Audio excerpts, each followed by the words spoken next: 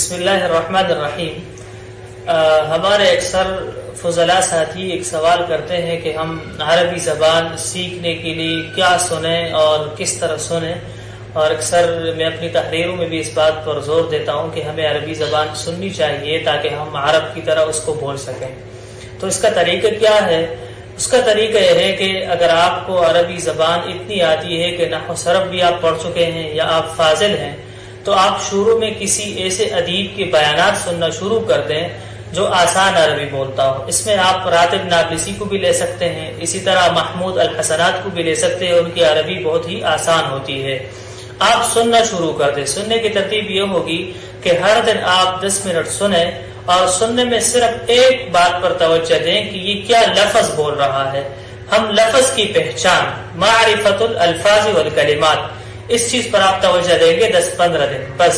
اس میں آپ نے نہ معنی کو دیکھنا ہے نہ مفہوم کو دیکھنا ہے، بس یہ کہ یہ لفظ کیا بول رہا ہے، کس لفظ کی ادائیگی ہو رہی ہے۔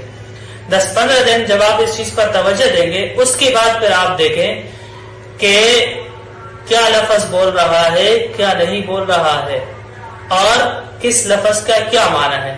یعنی اب یہاں پر آپ تمییز المجہولات عن المعلومات کریں گے کہ ان الفاظ میں سے کون سے ایسے الفاظ ہیں جن کا معنی مجھے آ رہا ہے اور جن کا معنی مجھے نہیں آ رہا ہے۔ یہ دوسرا مرحلہ ہے۔